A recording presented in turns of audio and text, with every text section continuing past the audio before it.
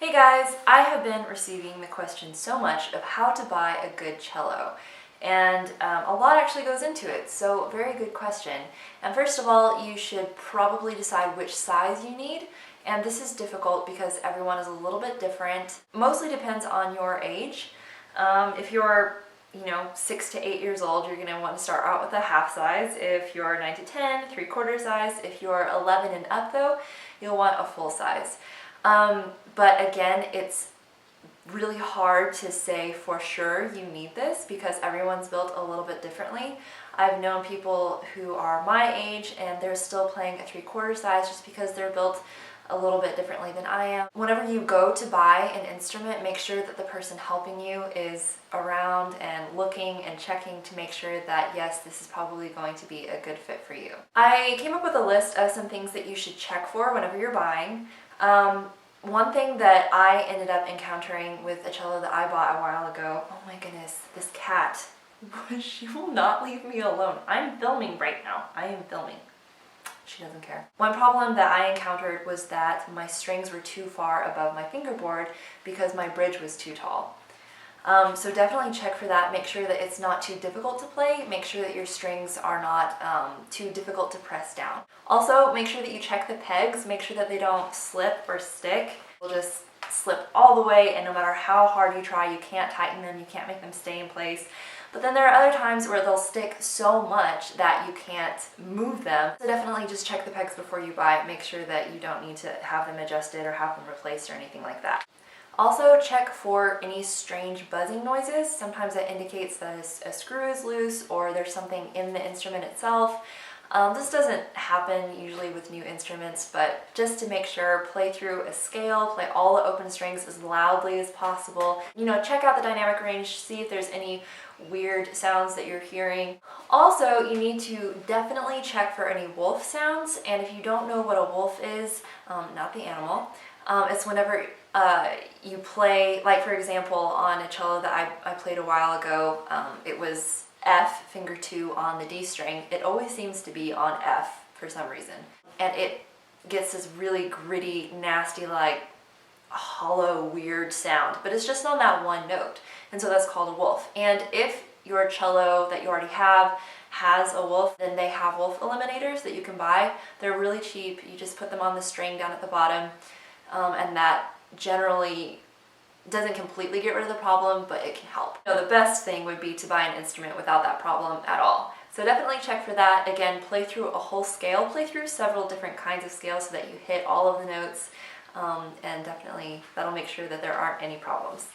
There are a bunch of different sounds and different tones, of course, because every instrument is different, and that's wonderful because every player is different. And so the trick is to find the instrument that fits you. And so someone may just love a certain instrument, and if you play it, it might just be not your thing. Sometimes instruments are more bright, sometimes they're more warm, have a darker, more, I don't know, I like to think of like chocolatey sound, if that makes sense. I prefer the warmer sound. The warmer cellos don't usually project their sound as far. The brighter ones do. They're better at pushing through the orchestra and hitting the back row of the concert hall. They can project their sound.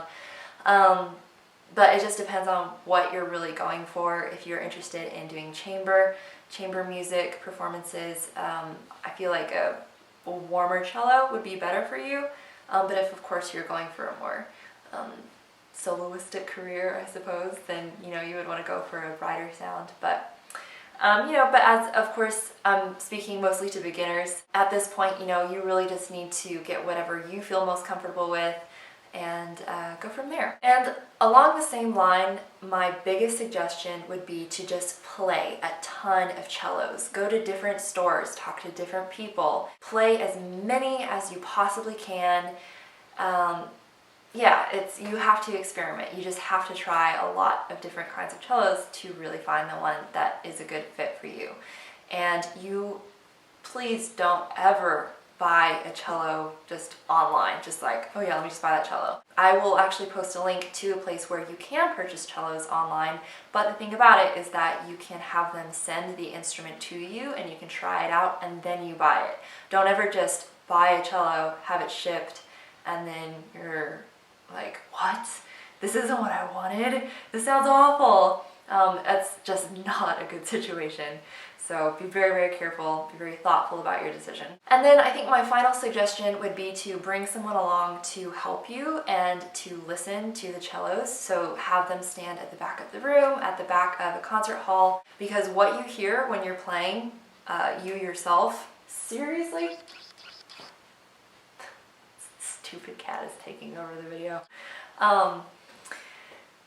Have them, you know, stand at the back of the room, have them really have an extra perspective of what sound is being produced, because whenever you're sitting at the cello and playing and producing sound, it's not the same thing that the audience is hearing. It's a completely different sound. You hear all the scratches, you hear all of the, you know, noises. What am I saying? I don't know what I'm saying. But in the audience, you know, they hear different frequencies, and so you definitely want another set of ears to listen for you. Oh, and I actually do have one last piece of advice. Whenever you are trying out cellos, try them out in different environments. Don't just take it home in your living room and sit down and play. Take it to a recital hall, or, you know, like a church sanctuary, if it has like a really ambient environment, you know, really anywhere that you can think of, just to try different acoustic settings. I think that's the most advice that I can probably give you at this point. I haven't bought that many cellos. You know, I had to go through the different sizes as I grew up. But other than that experience, I really kind of just stick with what I have. But if I learn any more tricks or tips, I'll be sure to share them with you. And if you have any questions, please let me know in the comment section below. I hope that this video helped you. Always let me know if you have questions, and thank you for watching.